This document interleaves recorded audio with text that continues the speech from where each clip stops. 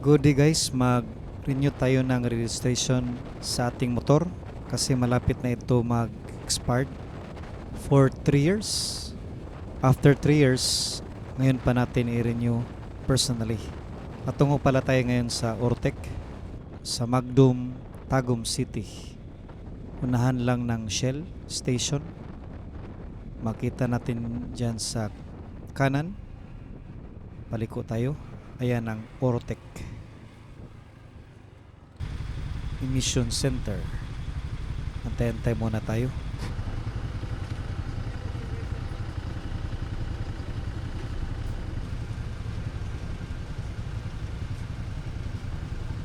First renew ni sir no? Oo. Dili pa makita sa mga system sir. Dili Kinahanglan pa? pa ni pa-upload sa LTO. So sa'yo, buhatan ako na. Mato kag LTO magpa-upload ka. Magpa-upload. Upload. Oo. Pagkuman, Pag ma-upload na pwede na kambalik dire. kabalik ko diri. Oo. Pwede na mauman karong adlaw garo. Siguro nga pila pa kadlaw pa buto nimo. Mo ba? Dire mo ka na mo bayad sir sa LTO libre man.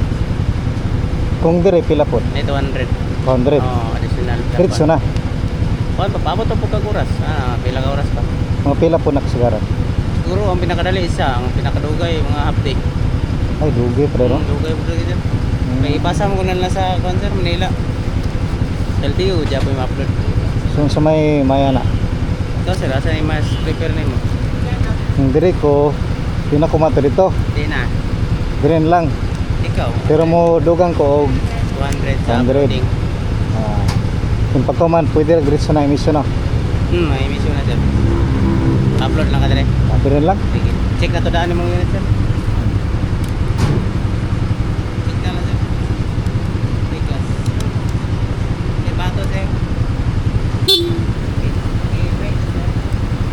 Okay, open ko sa imong bato. Bato.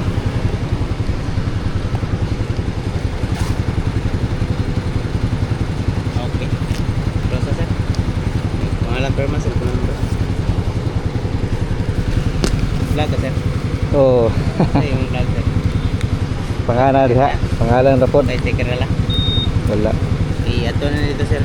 Ipakita ka sir na magpa-upload ka. Sulatan lang ko sila.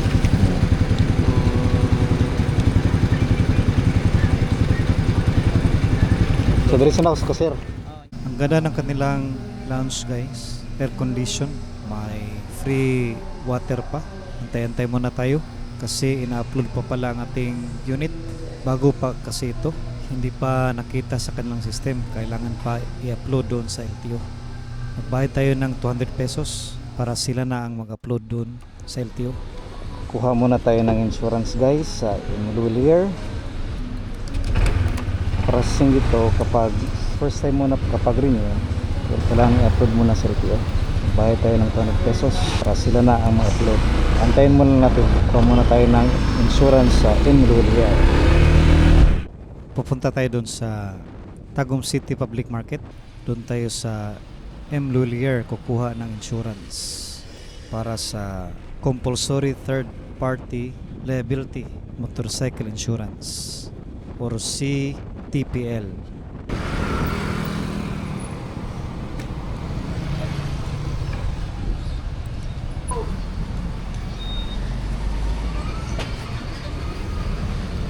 Dadalhin lang natin ang ORCR ng motor, photocopy.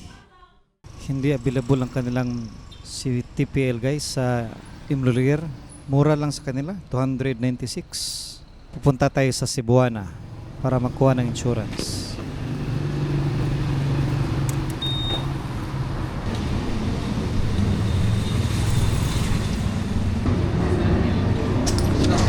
Pwede rin sa motor insurance. Wala insurance ka sir? Wala. Wala insurance sa motor to. Naaman pero tapi update.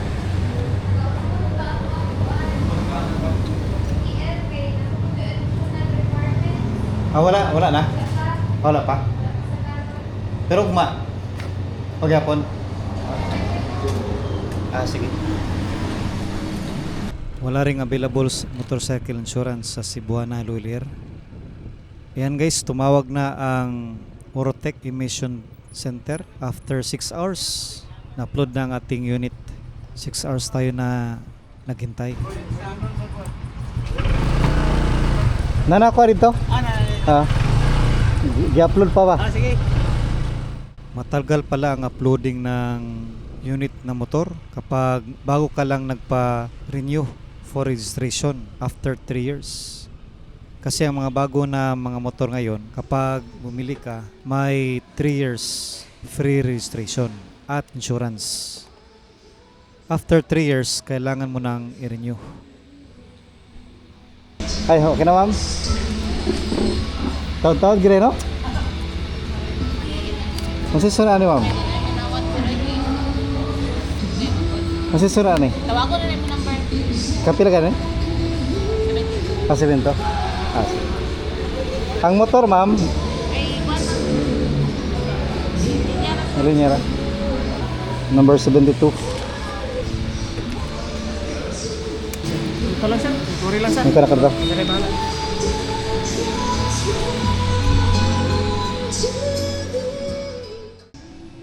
Pagkara rito sa Ortec guys, tingnan nyo naman ang lawak ng kanilang area.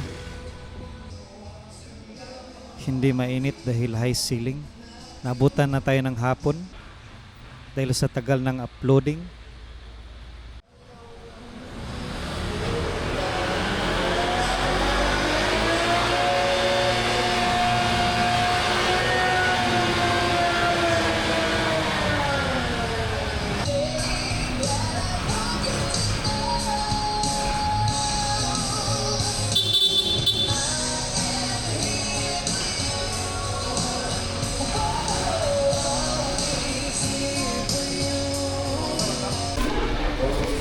Guys, tapos na. Fast.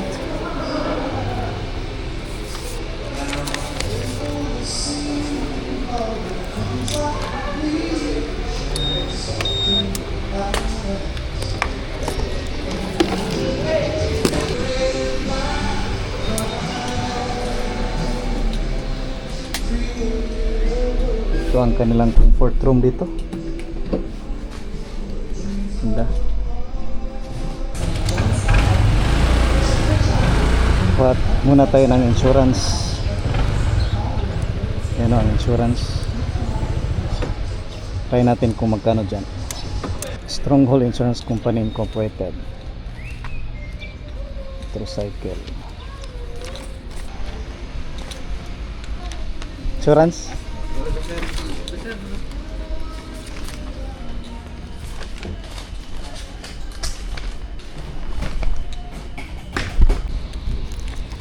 Guys, may insurance na tayo, 620 sa Stronghold Insurance Company. Ito ay para sa LTO, ito ang aking copy. Yan ay patungo na tayo ngayon sa LTO Tagum.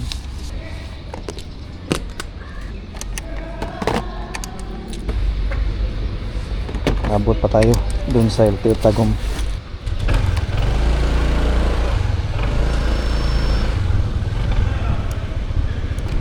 Ito ang kanilang exit.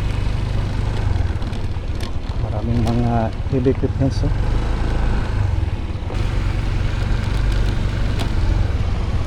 Ito sa kaliwa, yan ang mga 4 wheels. Sa kanan, yan ang tricycle at single motor.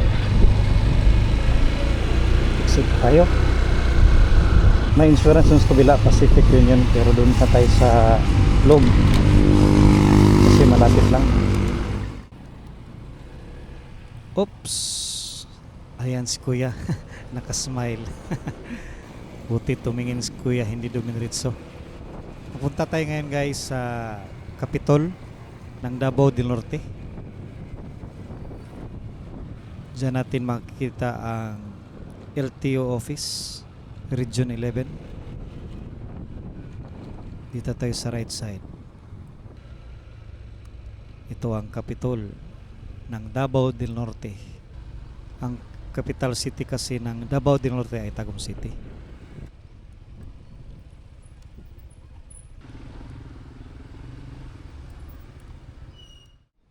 Ito ang Land Transportation Office ng Region 11. Ang number natin ay 222. Sana abot pa tayo nito. Diyan sa number 5 tayo pipila para mag-submit ng mga requirements. Yung ORCR, CTPL, isubmit natin dyan sa counter 5 at 6. At dyan sa cashier tayo ay magbabayad. And guys, 429.56.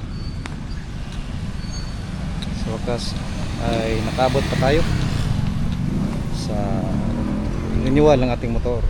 Ang ganda ng kanyang motor, Gixxer SF Suzuki.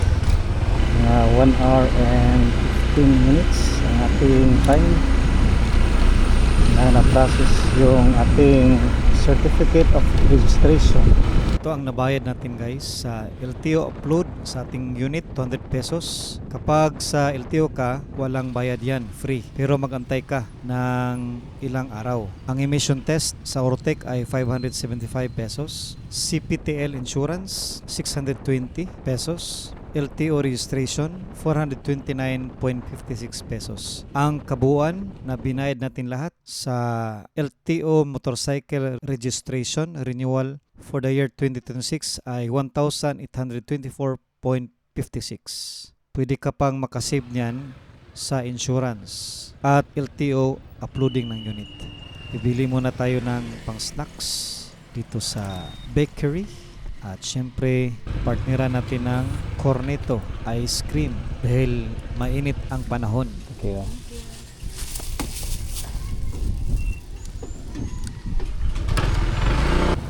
Hi guys. Hi vlog.